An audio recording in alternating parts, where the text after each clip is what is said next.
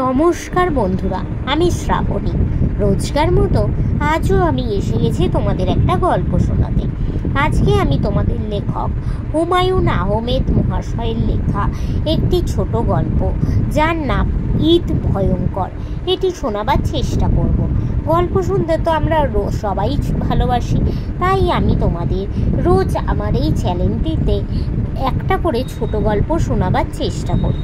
তোমাদের আমি রিকোয়েস্ট করছি, প্লিজ তোমরা আমার বলা গল্পগুলো স্কিপ না করে গিয়ে পুরোটা শোনো। আমার চ্যানেলটা সাবস্ক্রাইব করো, লাইক করো, কমেন্ট করো ও একটু শেয়ার করো। আমি যেহেতু একজন শারীরিক প্রতিবন্ধী, নিজের প্রতিবন্ধকতাকে দূরে সরিয়ে নিজের পরিচয় তৈরি করার লক্ষ্য নিয়ে তোমাদের এই গল্প শোনানোর কাজটা শুরু করেছি। তোমাদের সাহায্য ও সাপোর্ট পেলে তবেই আমি এই কাজে সফল হতে পারবো। তো বন্ধুরা, তোমরা প্লিজ তোমাদের এই বন্ধুটিকে একটু সাপোর্ট করো। তো চলো আজকের গল্পটা শুরু করে দিই। ঈদ ভয়ঙ্কর, হুমায়ুন আহমেদ মহাশয়ের লেখা। ভাবতে অবাক লাগে, এক সময় আমার ঈদও আনন্দময় ছিল। তখন আমাকে ঈদ সংখ্যায় উপন্যাস লিখতে হতো না, কারণ ঈদ সংখ্যা নামক কোনো বস্তু ছিল না। টিভিতে ঈদের হাসির নাটক লিখতে হতো না। এই দায়িত্ব জনাব আমজাদ হোসেন নিষ্ঠার সঙ্গে পালন করতেন। টিভির কর্মকর্তা মুস্তাফিজুর রহমান সাহেবের কাছে শুনেছি, আমজাদ হোসেনের কাছ থেকে ঈদের নাটক আদায় করা কঠিন ব্যাপার ছিল।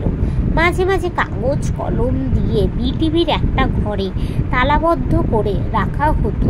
নাটক শেষ হলে মুক্তি, তার আগে নয়। মানুষের কোনো সুখই দীর্ঘস্থায়ী হয় না, আমারও ঈদ সুখ দীর্ঘস্থায়ী হলো না। মুস্তাফিজুর রহমান সাহেবের ফাঁদে পড়ে এক ঈদে হাসির নাটক লিখতে রাজি হলাম।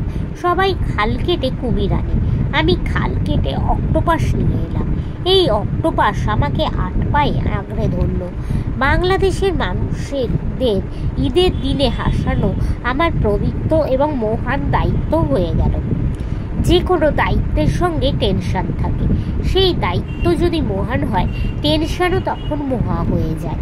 আমি দুঃস্বপ্ন দেখতে শুরু করি রোজার শুরুতে। স্ক্রিপ্ট লিখি, স্ক্রিপ্ট পছন্দ হয় না, আবার লিখি। টিভির রিহার্সাল রুমে রিহার্সাল হয়, প্রতিবারই আমি উপস্থিত থাকি। রিহার্সাল শুনে নাটক কাটাকুটি করি। প্রযোজক বিরক্ত হয়ে বলেন, এত কাটাকুটি করলে কিভাবে হবে? প্রতিদিন নতুন সংলাপ দিলে আর্টিস্ট কিভাবে মুখস্থ করবে? বিখ্যাত সব আর্টিস্ট, প্রায় তাদের অভিনয়ের প্যাটার্ন আমার পছন্দ হতো না। মুখ ফুটে বলতে পারতাম না। যেহেতু হাসির নাটক, সব অভিনেতা নেত্রী ভাবতেন দর্শক হাসানোর দায়িত্ব তাদের। অভিনয়ে স্থূলভাব চলে আসতো। স্বাভাবিক সংলাপ তাদের অভিনয়ের গুণে অস্বাভাবিক শোনাতো। দৃশ্যগ্রহণও আমার মনের মতো হতো না। বড় অভিনেতাদের মুখের ওপর সবসময় ক্যামেরা ব্রাথ থাকতো। ছোট অভিনেতারা বলতে গেলে ক্যামেরার আড়ালেই থাকতেন। ইনডোরে শুটিং হতো 2 দিন, দ্বিতীয় দিনেই শুরু হতো তাড়াহুড়ো। শেষ ঘন্টা বাজার আগে দেখা যেত 8-9টি দৃশ্য ধারণ করা হয়নি। পরিচালক মাথায় হাত দিতেন। টিভির জামানায় অন্য কোনো চ্যালেঞ্জ যে জামানায় আসেনি, সেই জামানা। ঈদের দিন ঘুম ভাঙার পর থেকেই আমি আতঙ্কে অস্থির হয়ে থাকতাম। রাতে নাটক আছে, না জানি কেমন হবে। যাদের জন্য নাটক বানানো হয়েছে তারা পছন্দ করবে তো? প্রাণ খুলে হাসবে তো? আনন্দ পাবে তো? অসহনীয় টেনশনে ঈদ হয়ে যেত আমার কাছে ভয়ঙ্কর। এরপর বুড়িগঙ্গা দিয়ে অনেক নোংরা এবং বিষাক্ত প্রাণী প্রবাহিত হয়েছে। আমার জন্য ঈদ ভয়ঙ্করই থেকে গেছে। আগে একটা নাটক লিখতাম, টেনশন এক নাটকে সীমাবদ্ধ থাকতো। এখন এক ঈদে 5-6টা করে নাটক লিখতে হয়। আমি নিজে প্রচারের দিন কোনো নাটকই দেখতে পারি না।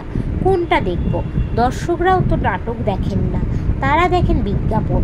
লেরকা সে লের কাকা গু ভারী মতো নাটকের চেয়ে বিজ্ঞাপন ভারী হয়ে গেছে। আমি কঠিন প্যাচে পড়েছি। বোধের ওপর ক্যান্সারের মতো ঈদের নাটকের সঙ্গে যুক্ত হয়েছে ঈদ সংখ্যার লেখা। আমি রক্তের মধ্যে ক্লান্তি অনুভব করা শুরু করেছি। ক্লান্ত চোখ ও ক্লান্ত চোখের পাতা, তাহার চেয়েও ক্লান্ত আমার পা, মাঝ উঠোনে সাধের আসন পাতা, একটু বসি, জবাব আসে না।